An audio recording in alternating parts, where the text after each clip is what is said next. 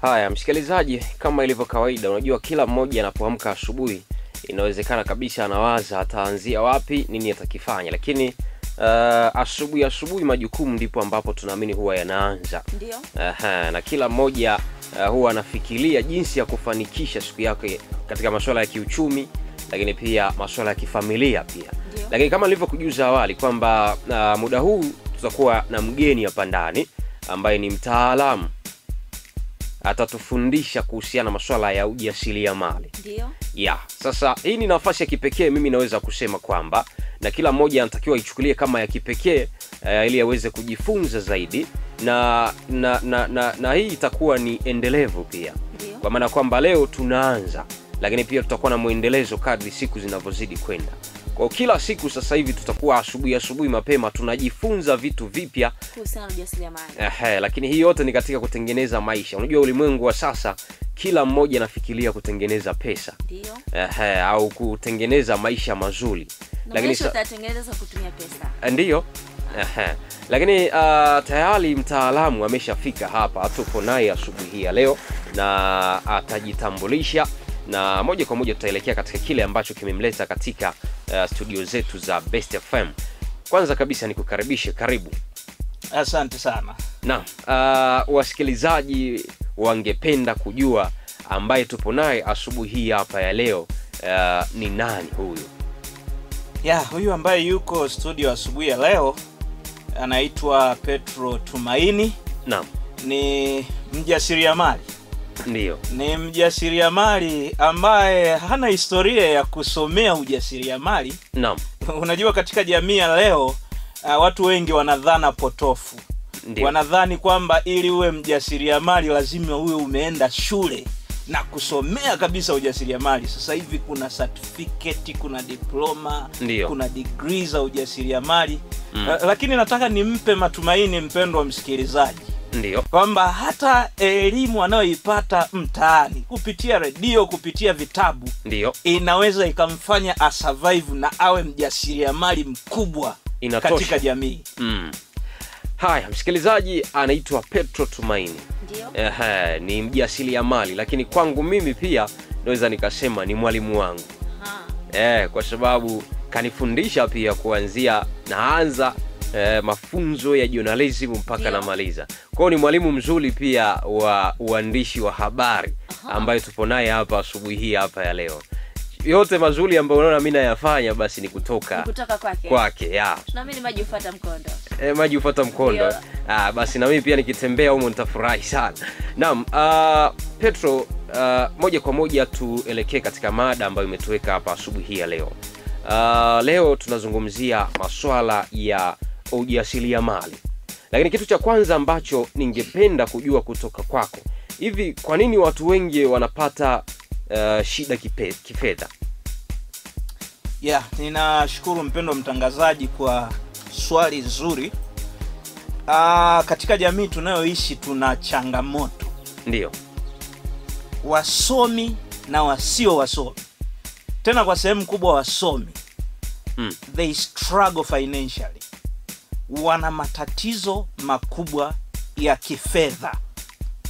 Na hata mpendwa msikilizaji anayenisikiliza, ninataka nimpe tu dalili chache za kutumia akili ya kawaida, sio ya kisomi, kujua kwamba ana matatizo ya kifedha.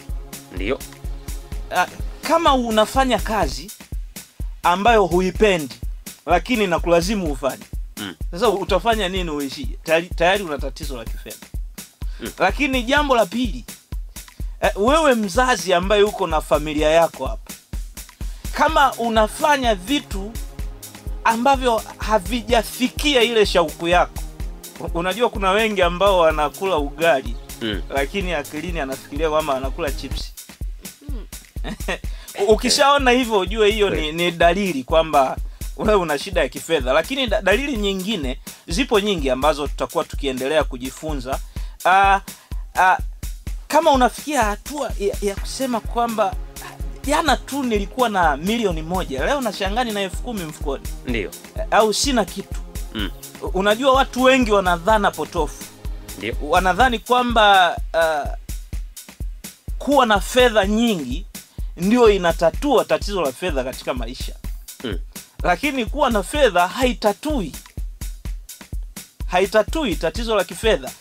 Na ukiona kwamba leo una 100,000, kesho hauna kitu, unaingia kwenye mkopo, wewe tayari una matatizo ya kifedha.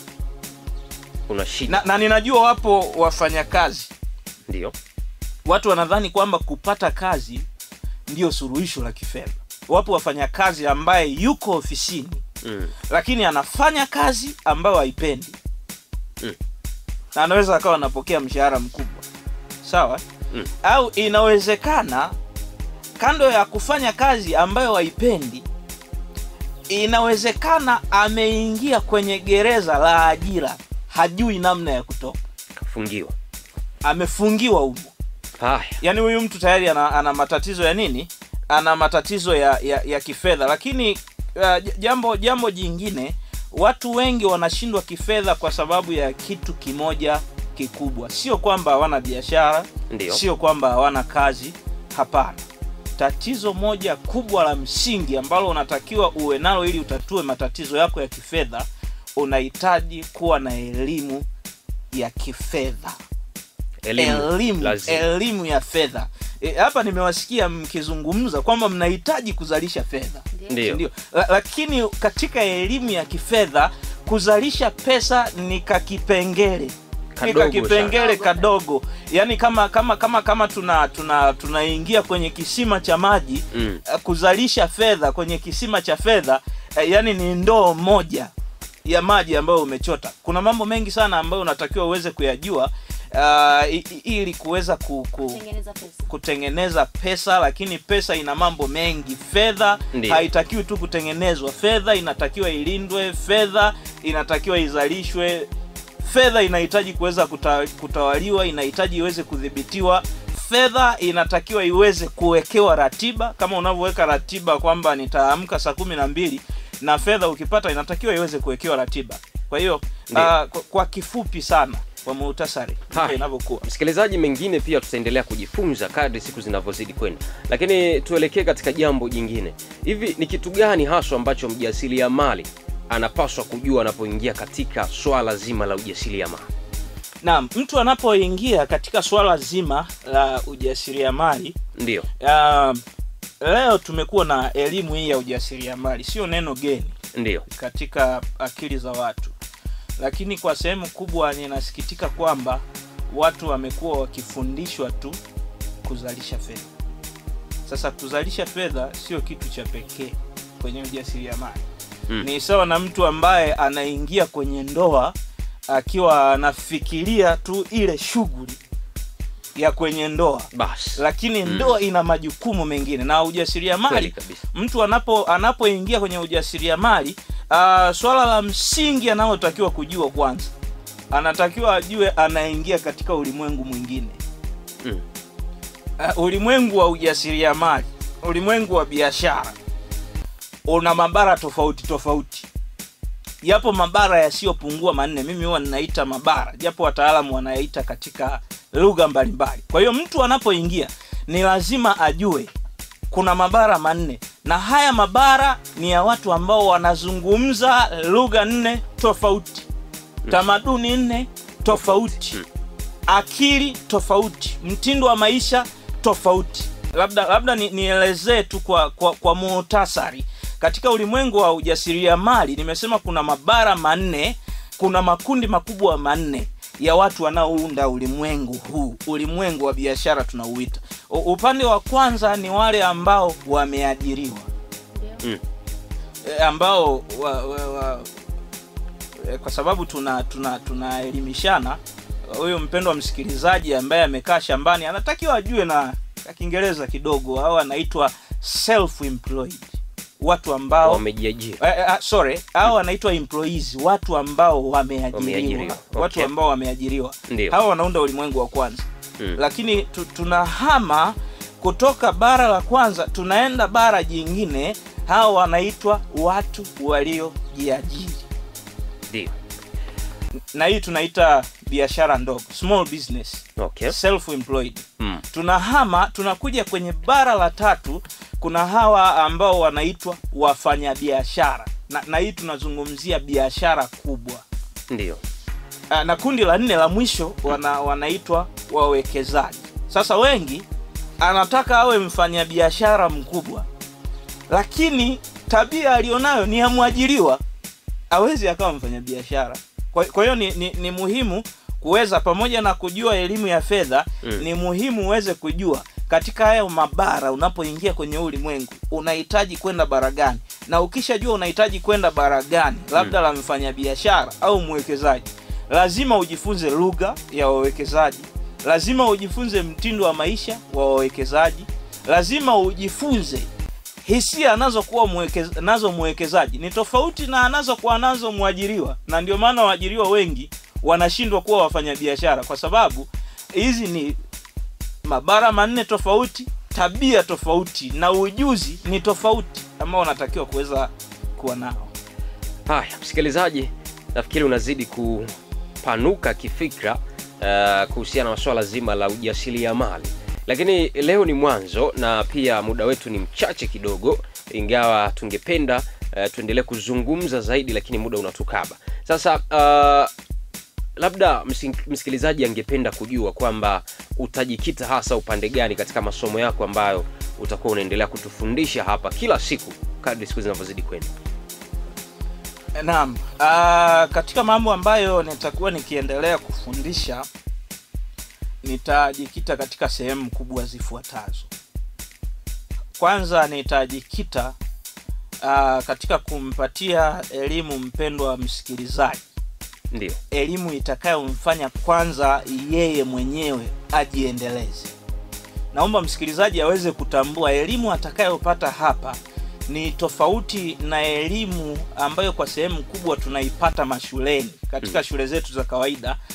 Sibezi shule zetu za kawaida kwa sababu mimi nisingesoma pia nisingefikia hapa. Ndiyo. Lakini napenda nimwambie mpendwa msikilizaji, shule zetu kwa asilimia kubwa zinatuandaa kiakili. Lakini unapotaka kuwa mjasiriamali lazima uwe mtu uliyekamilika. Na ili uwe mtu uliyekamilika ni lazima elimu yako ambayo unaipata iwe na vipengele vifuatavyo. Kwanza, elimu ya kiakili ambayo hiyo kwa sehemu kubwa tunaipata shuleni. Ndio. Lakini pili, elimu ya kiroho. Hiyo kwa sehemu kubwa labda shule za dini, na shule ya dini ndio yanatoa. Lakini bila mtu kuweza kuwa na spiritual education hawezi akawa mjasiriamali mzuri. Okay. Lakini pia tutapata elimu ya kimwili. Ina faida gani uwe mfanyabiashara ambaye anashinda wodi namba 6 hospitalini? Kila siku unaugua tu. Kila siku unaugua. Sasa afya ni sehemu ya muhimu sana ya mtaji ambao anatakiwa kuweza kuwa nao mtu. Lakini pia kipengele cha 4 cha elimu ambayo nitakuwa nikiitoa hapa ni elimu ya kihisia. Ili mtu aweze kuwa mjasiriamali mzuri, kama anataka aweze kuwa mfanyabiashara mzuri, lazima aweze kuwa na elimu ya kihisia.